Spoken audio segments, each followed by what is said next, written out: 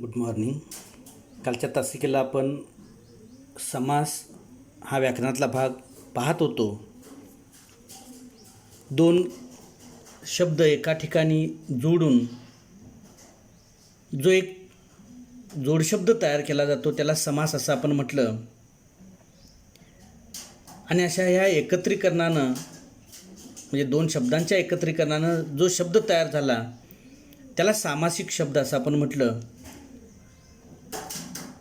आणि ज्या वेळेला या शब्दाची फोड करून आपण दाखवतो त्या फोड करून दाखवण्याच्या पद्धतीला सामासिक शब्दाचा विग्रह असं आपण म्हटलेलं होतं.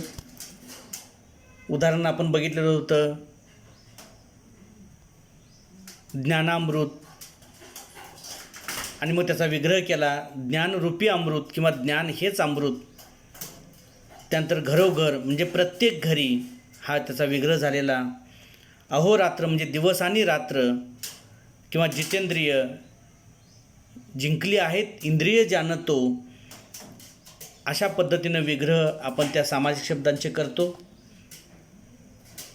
सामासिक शब्दामध्ये जे काही दोन शब्द असतात त्याला त्या शब्दांना आपण पद असं म्हणतो. त्यामधलं पहिला शब्द पहिलं पद, दुसरा शब्द दुसरं पद, असं त्याचं आपण वर्णन करतो. आणि मग अशा पद्धतीनं या दोन पदांच्यापैकी कोणत्या पदाला प्राधान्य असतं म्हणजे महत्त्व असतं यावरून समासाचे 4 प्रकार पडलेले आपण कालच्या तासिकेला बघितलं. पहिलं पद जर त्या दोन सामासिक म्हणजे सामासिक शब्दातील त्या दोन पदांच्यापैकी म्हणजे त्या दोन शब्दांच्यापैकी पहिलं पद जर प्रधान असेल, महत्त्वाचं असेल, तर तो अव्ययीभाव समास असतो. जसं कालच्या तसं आपण ह्याची उदाहरणं घेतली. प्रतिदिन किंवा दिवसेंदिवस म्हणजे प्रत्येक दिवस, प्रत्येक दिवशी असा त्याचा अर्थ झाला. पहिलं पद महत्त्वाचं. ज्या सामासिक शब्दातलं दुसरं पद महत्त्वाचं असतं त्याला तत्पुरुष समास म्हटलं. त्याचं उदाहरण आपण बघितलं होतं सूर्योदय किंवा अनपेक्षित, सूर्य अधिक उदय किंवा सूर्याने उदय. यातला सूर्य आहेच परंतु त्याचा उदय झाला. कालच्या तासिकेला आपण या संदर्भामध्ये चर्चा केली. त्या दुसऱ्या शब्दामुळं पहिल्या शब्दाला जास्त वेगळं महत्त्व आलं, म्हणजे वेगळं एक ठिकाण त्याला कळालं. सूर्यास्त आणि सूर्योदय याच्यामध्ये निश्चित फरक आहे. सूर्यास्ताला चालला आहे आणि म्हणून तो सूर्यास्त अस्त हा दुसरा शब्द झाला. अशा पद्धतीनं दुसरं पद जिथं महत्त्वाचं तो तत्पुरुष समास. दोन्ही पदं महत्त्वाची असतील तर तो द्वंद्व समास. खरे आणि खोटे, खरे खोटे. आणि दोन्ही पदं महत्त्वाची नसून त्यातून तिसऱ्याच पदाचा ज्यावेळेला बोध होतो त्यावेळेला तो बहुव्रीही समास. लंबोदर आपण कालच्या तासाला या संदर्भामध्ये चर्चा केली. लांब आहे उदर ज्याचे असं तो त्या गजाननाचं वर्णन असतं. अशा पद्धतीनं ह्या सामासिक शब्दाचे हे प्रकार. त्यापैकी जो पहिला प्रकार आहे अव्ययीभाव समास, त्यानंतर दुसरा प्रकार तत्पुरुष समास, त्यामध्ये विभक्ती तत्पुरुष, कर्मधारय समास आणि द्विगु समास. तिसरा प्रकार जो आहे द्वंद्व समास, त्यामध्ये इतरेतर द्वंद्व, वैकल्पिक द्वंद्व आणि समाहार द्वंद्व. आणि चौथा प्रकार बहुव्रीही समास. आता याच्यातला जो अव्ययीभाव समास आहे त्याच्यामध्ये म्हणजे यामध्ये पहिलं पद महत्त्वाचं असतं आणि त्या सामासिक शब्दाचा वापर वाक्यात क्रियाविशेषणासारखा केलेला असतो आणि म्हणून त्याला अव्ययीभाव समास असं आपण म्हणतो. यामधल्या जो काही सामासिक शब्द असतो या प्रकारातला त्यातलं पहिलं पद प्रधान किंवा महत्त्वाचं असतं. बहुधा ते अव्यय असतं. आ, यथा, प्रति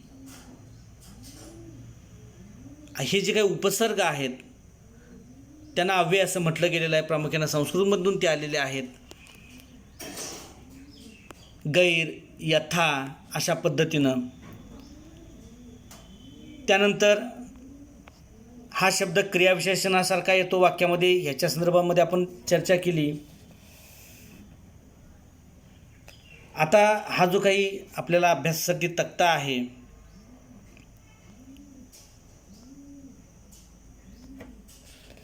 त्याचा विग्रह केलेला आहे जन्मापासून, किंवा त्यानंतर आपल्याला दिला आहे दुसरा शब्द प्रतिदिन, विग्रह केलेला आहे कंठापर्यंत, सामासिक शब्द दिलेला आहे व्यक्तिगणिक, आणखीन एक विग्रह दिलेला आहे प्रत्येक दारी. आता जन्मापासून म्हणजे तिथं आ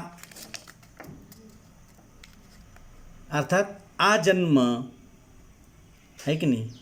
जसं आपण मगाशी म्हटलं की आ किंवा प्रति, यथा यासारख्या संस्कृत उपसर्ग, आणि मग दर, बिन, बे यासारखे फारसी उपसर्ग यांच्या साहाय्यानं हा अव्ययीभाव समास म्हणजे तो तसा प्रकारचा समास शब्द तयार झालेला असतो. काही वेळेला मराठी शब्दांची द्विरुक्ती होऊन म्हणजे पुन्हा पुन्हा ते शब्द येऊन हा शब्द तयार होतो.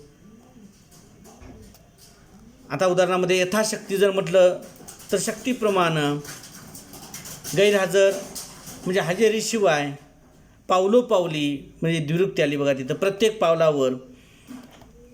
त्याच पद्धतीनं मग काही आणखीन शब्द म्हणजे यथाक्रम, यथावकाश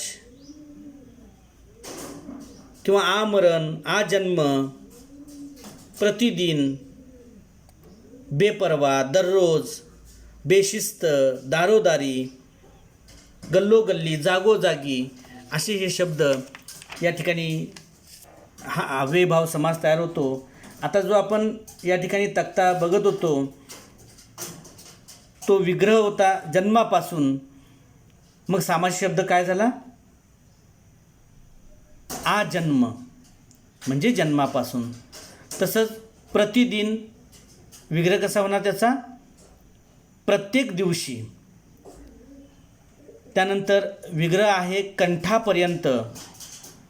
तो शब्द सामासिक शब्द कोणता तयार होईल मग? आकंठ. आकंठ म्हणजे कंठापर्यंत. सामासिक शब्द दिलेला आपल्याला व्यक्तिगणिक. व्यक्तिगणिक याचा विग्रह होणार मग प्रत्येक व्यक्तीला. प्रत्येक व्यक्तीला म्हणजे व्यक्तिगणिक. विग्रह दिलेला आहे प्रत्येक दारी. प्रत्येक दारी हा विग्रह आहे. सामासिक शब्द कसा तयार होणार मग? दारोदारी. जन्मापासून, प्रत्येक दिवशी, आकंठ, प्रत्येक व्यक्तीला आणि दारोदारी अशा पद्धतीनं हे विग्रह आणि सामासिक शब्द तयार होतील. त्याच्यानंतर मग दुसरा ह्यातला जो प्रकार आहे तो तत्पुरुष समास. त्यामध्ये दुसरं पद महत्त्वाचं असतं. आता या ठिकाणी उदाहरणासाठी जी वाक्य दिलेली आहेत, मेट्रो रेल्वेचा लोकार्पण सोहळा थाटामाटात पार पडला. यातलं लोकार्पण हा शब्द दिलेला आहे. सुप्रभाती तलावात नीलकमल उमललेले दिसले. यामध्ये नीलकमल किंवा शिक्षण प्रक्रियेत पालक, शिक्षक आणि विद्यार्थी हा आदर्श त्रिकोण असतो.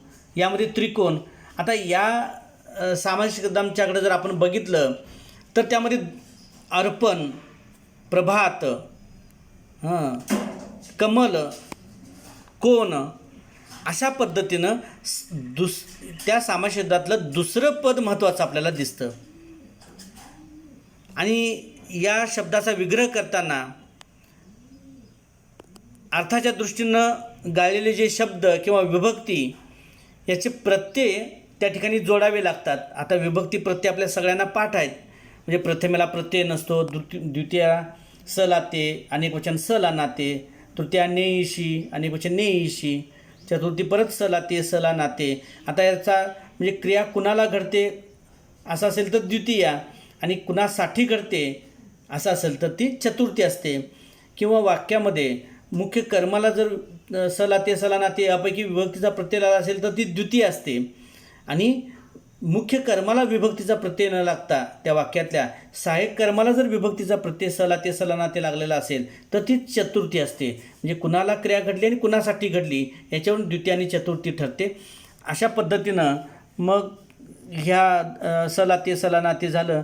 चतुर्थी झाली, पंचमी ऊन ऊन, षष्ठी परत चाचीचे चेच्याचे अनेक वचन, सप्तमी तय्या अशा पद्धतीनं हे विभक्तीचे प्रत्यय आहेत ती की जे तुम्हाला आत्तापर्यंत 5वीपासून झालेले आहेत, तुम्ही ते पाठ केलेला आहे तो तक्ता. आणि मग त्याच्या अनुषंगानं ह्या तत्पुरुष समासामध्ये आपल्याला हे शब्द ओळखावयाचे असतात. यामध्ये मगाशी ह्या ज्या वाक्यांच्या मधले बघितलं की लोकार्पण, नीलकमल, त्रिकोण या सामासिक शब्दातलं दुसरं पद महत्त्वाचं असतं. आणि म्हणून याची व्याख्या करताना असं म्हणावं लागेल की ज्या समासातील दुसरं पद महत्त्वाचं असतं आणि अर्थाच्या दृष्टीनं गाळलेले शब्द किंवा विभक्ती प्रत्यय विग्रह करताना घालावा लागतो त्याला तत्पुरुष समास असं म्हणतात. आता लोकार्पण म्हटलं तर ते लोकांना अर्पण, नीलकमल म्हणजे नील असे कमल म्हणजे विग्रह त्याचा कसा होतो बघा. त्रिकोण 3 कोणांचा समूह असा हा तत्पुरुष समास होतो. पुढे जो तक्ता आपल्याला दिला अभ्यासासाठी पूर्ण करण्यासाठी म्हणून त्यामध्ये समासाचा विग्रह आपल्याला दिला आहे आणि सामासिक शब्द शोधायला सांगितलेले आहेत. त्यामध्ये राजाची आज्ञा आहे, 8 अंगांचा समूह आणि उत्तम असा पुरुष. आता राजाची आज्ञा चाचीचे त्यातला ची प्रत्यय लागला बघा तिथं, म्हणजे राजाज्ञा सामासिक शब्द आहे. राजाज्ञा, राजाची आज्ञा. 8 अंगांचा समूह सामासिक शब्द तयार होतो अष्टांग. त्याच्यानंतर उत्तम असा पुरुष म्हणजेच पुरुषोत्तम. पुरुषोत्तम हा त्यातला सामासिक शब्द तयार झाला.